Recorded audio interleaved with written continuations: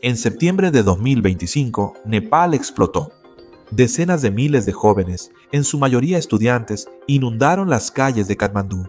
No solo coreaban o agitaban pancartas, incendiaban edificios gubernamentales, se enfrentaban a la policía y, en ocasiones, morían. Anoche fue muy aterrador. Todo gira en torno a la libertad de esto. A finales de la semana, más de 50 personas murieron, más de 1.300 resultaron heridas y el primer ministro de Nepal renunció. La primera ministra de Nepal ha renunciado mientras continúan las protestas mortales en todo el país. Nepal rara vez es noticia mundial. Es una nación del Himalaya con 30 millones de habitantes situada entre India y China.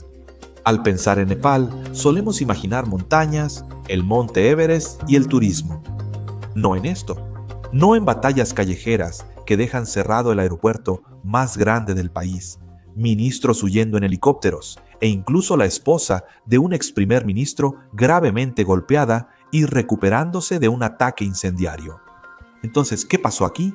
¿Por qué la generación Z de Nepal, una generación criada en una democracia frágil, de repente comenzó a llevar a su país al borde del colapso? Y más importante aún, ¿qué nos dice esto sobre un patrón global más grande de jóvenes levantándose contra los sistemas viejos y corruptos? La chispa fue esta.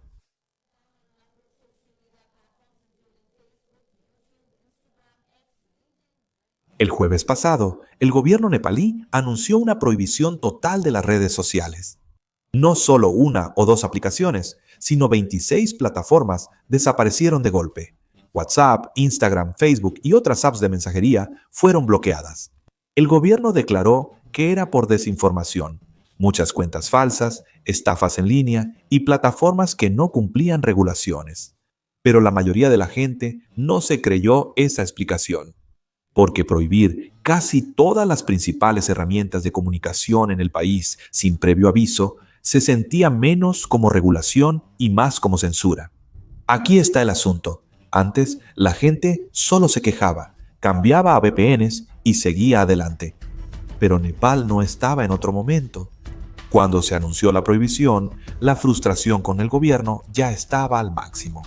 Años de corrupción, desempleo e inestabilidad política habían dejado a los jóvenes, especialmente, sintiéndose sin esperanza. Cuando el gobierno desconectó las redes sociales, no solo eran aplicaciones, era control, y esto colmó el vaso. El lunes por la mañana, decenas de miles de estudiantes salieron a las calles. Al inicio parecía una protesta pacífica, pero la reacción del gobierno lo cambió todo. Enviaron policía antidisturbios, cañones de agua, gases lacrimógenos, balas de goma y luego munición real. Al final del día, decenas de estudiantes murieron, la mayoría por heridas en el pecho y cabeza. Fue el día más sangriento que Nepal había visto desde el final de la guerra civil en 2006. Y una vez que se derramó sangre, las protestas no se calmaron, escalaron. Manifestantes incendiaron edificios gubernamentales, incluido el Parlamento, y atacaron casas de ministros. La esposa de un ex primer ministro resultó gravemente herida en un ataque incendiario. Al principio se creyó que había muerto, pero informes recientes dicen que está en el centro de quemados de Nepal. La capital, Katmandú, se sumió en el caos. Se impusieron toques de queda. El aeropuerto más grande del país cerró. Y por un momento, parecía que el gobierno estaba perdiendo el control del Estado. Bien, entonces el gobierno prohibió las redes sociales, estallan protestas y, de repente, las calles de Katmandú están en llamas. Aclaremos algo, esto no era solo sobre WhatsApp o Instagram. Eso fue la chispa, el combustible acumulado por años. Hay varias razones por las que los jóvenes nepaleses, especialmente la generación Z, ya estaban furiosos. Razón número 1. Corrupción. El 84% de los nepaleses considera la corrupción uno de los principales problemas del país. No están equivocados. Los proyectos gubernamentales aquí son famosos por el desfalco, como el del aeropuerto internacional. Debería haber sido un hito para sentirse orgullosos. En realidad, 71 millones desaparecieron en los bolsillos de políticos y contratistas. Y aún así, muy pocos funcionarios enfrentan consecuencias. En 2021, el gobierno de Nepal aprobó discretamente intercambiar 343 vigas de terreno, privilegiado de la finca de té Giridi Bandhu, en Jawaharlal, por propiedad estatal. Los críticos de inmediato percibieron un trato diseñado para beneficiar a personas poderosas como el empresario Deepak Malhotra y figuras políticas influyentes. En diciembre de 2025, el ex primer ministro Pushpa Kamal Dahal enfrentó un intenso escrutinio cuando se supo que la gigante de telecomunicaciones Encel pagó menos de 10.000 millones de rupias nepalesas en impuestos. La revelación causó indignación general y demandas de rendición de cuentas, mostrando graves fallas en la supervisión gubernamental. A principios de 2024, las investigaciones se intensifican a medida que aumenta la presión de los medios y la oposición. En 2025, los casos judiciales y las demandas de mayor control sobre impuestos corporativos acaparan los titulares. No es solo corrupción de dinero bajo la mesa. Los jóvenes nepaleses están cansados de las malas escuelas y mala atención médica. Transparencia Internacional ha clasificado a Nepal como el país más corrupto de Asia. Razón número 2. Nepotismo. En las redes sociales, los jóvenes han estado señalando a quienes llaman hijos de nepotismo.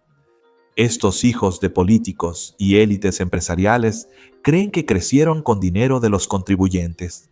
Presumen su riqueza en línea con bolsas, Louis Vuitton vacaciones lujosas y relojes caros, mientras los estudiantes comunes ni encuentran trabajo. Shuikala Hatwada, una ex-Miss Nepal de 29 años, hija del exministro de Salud Virod Katewada, fue señalada por los manifestantes como un símbolo del privilegio elitista. Publicaciones virales exhibieron sus viajes y estilo de vida lujoso. La casa de su familia fue una de las que incendiaron durante las protestas. Esta es Sauga Tapa. Ganó una importante elección empresarial en gran parte gracias a la influencia de su padre, Bindu Kumar Tapa, quien fue ministro de Leyes, Comunicaciones y Asuntos Provinciales en la provincia de Gonkada. Y este tipo de política dinástica solo refuerza la idea de que el mérito no importa en Nepal. Las conexiones sí importan. Razón número 3. La economía. 1 de cada 5 jóvenes en Nepal está desempleado. Eso es un 20.82% de desempleo juvenil, una de las tasas más altas en Asia. Incluso quienes consiguen trabajo reciben salarios muy bajos. Un estudiante de Derecho contó a los reporteros que halló un empleo que paga menos de 140 mensuales. Eso ni siquiera cubre la renta en Katmandú. Entonces, ¿qué pasa? Todos los días, miles de jóvenes nepaleses salen del país para buscar trabajo en el extranjero. Las remesas enviadas por trabajadores en el extranjero ahora constituyen 1/3 del Producto Interno Bruto de Nepal. La economía depende cada vez más de que la gente se vaya. Todos los ciudadanos nepaleses están hartos de la corrupción. Todos los jóvenes están saliendo del país, así que queremos proteger a nuestra juventud y mejorar la economía del país. Razón 4. Inestabilidad política. Para comprender por qué la gente de Nepal está tan harta, debemos retroceder. No solo al año pasado, no solo a la guerra civil, tenemos que regresar a cuando Nepal ni siquiera era una democracia. Porque antes de 2008 esto era una monarquía. Durante 239 años, Nepal fue gobernado por reyes. El último rey fue Gyanendra. Y para principios de los años 2000, la gente ya estaba harta del gobierno real. Querían democracia. 2 movimientos masivos derribaron esa monarquía. Primero, una insurgencia maoísta de 10 años que mató a más de 13.000 personas. Luego el Loktandra Andalan de 2006, es decir, el Movimiento Popular por la Democracia. Y funcionó. El 28 de mayo de 2008 se abolió oficialmente la monarquía. Nepal se convirtió en una república democrática federal. Por un momento se sintió como un nuevo comienzo, pero aquí está el problema. Desde entonces, Nepal no ha tenido la democracia que la gente esperaba. Desde que Nepal se convirtió en una democracia, el gobierno ha cambiado de manos 14 veces. Los primeros ministros suelen durar menos de 2 años y suelen turnarse las mismas personas en el poder. Khadga Prasad Sharma, Oli, Pushpa Kamal Dahal, Sher Bahadur Dwight, una y otra vez, todos ellos en sus 70s. Para la generación Z, que es el 56% de la población, esto parece una traición a las promesas democráticas. Los jóvenes de Nepal ven esto y perciben un sistema estancado en el pasado, dominado por líderes en sus 70s, plagado de clientelismo y luchas de facciones. Y cuando el gobierno intentó sofocar esa ira con gases lacrimógenos y balas, les salió el tiro por la culata. Eso convirtió la frustración en furia. Así que piensa cómo se ve esto si tienes 20 años y vives en Katmandú hoy en día. Durante toda tu vida adulta, ves a los mismos líderes corruptos reciclar el poder. Has visto escándalos sacudir a todos los partidos principales. Has visto a amigos y familiares verse obligados a dejar el país solo para ganarse la vida. Y ahora, además de eso, el gobierno intenta quitarles el único lugar donde los jóvenes sí tienen voz, las redes sociales. Y por eso esta protesta impactó tanto. No se trataba solo de aplicaciones, se trataba de 17 años de promesas incumplidas. Así que aquí estamos. El primer ministro se ha ido. La mitad del gabinete ha renunciado. El ejército ha intervenido para restaurar el orden. Por ahora, las calles están más tranquilas, pero la verdadera pregunta es, ¿qué sigue? Opción A, un gobierno provisional. El Parlamento de Nepal no tiene un partido mayoritario en este momento, así que los académicos de la Universidad de Katmandú dicen que lo siguiente es algún tipo de gobierno provisional, un liderazgo temporal elegido por los diputados hasta que se puedan realizar nuevas elecciones. Aquí podría entrar la generación Z, ya que el 56% de Nepal tiene menos de 30 años. Eso es más de la mitad del país. Si no los escuchan ahora, podrían volver las protestas. Algunos jóvenes ya planean crear sus propios movimientos políticos. Otros se están uniendo en torno a personas externas, como el alcalde de Katmandú, un ex rapero que es muy popular entre los jóvenes. También se habla de figuras respetadas, como la primera mujer presidenta del Tribunal Supremo de Nepal, Sushila Karki. Es muy probable que ella sea la jefa interina. Opción 2. Dominio militar. Pero hay otra posibilidad. El ejército tiene una enorme influencia aquí, y Nepal tiene una historia de depender de los militares en tiempos de crisis. Esta misma semana, el jefe del ejército advirtió a los manifestantes que si el caos continúa, los militares se movilizarán por completo. Al mismo tiempo, extendió una rama de olivo invitando al diálogo.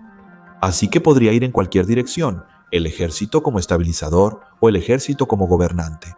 El principal reto ahora es que las protestas carecen de un líder central.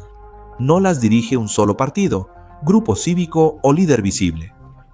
Estallaron porque todos estaban hartos, lo que las vuelve poderosas y frágiles. Sin liderazgo, es más difícil negociar con el gobierno.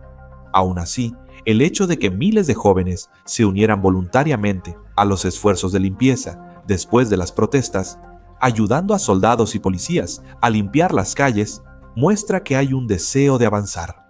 Y aquí está ocurriendo algo más grande. Desde Indonesia hasta Bangladesh y Sri Lanka hemos visto lo mismo. Jóvenes exigiendo el fin de la corrupción y luchando contra la desigualdad. Es un lenguaje global de rebelión. Así que cuando vemos a Nepal, es fácil pensar que es un país pequeño en caos, pero en realidad es parte de una historia mucho más grande.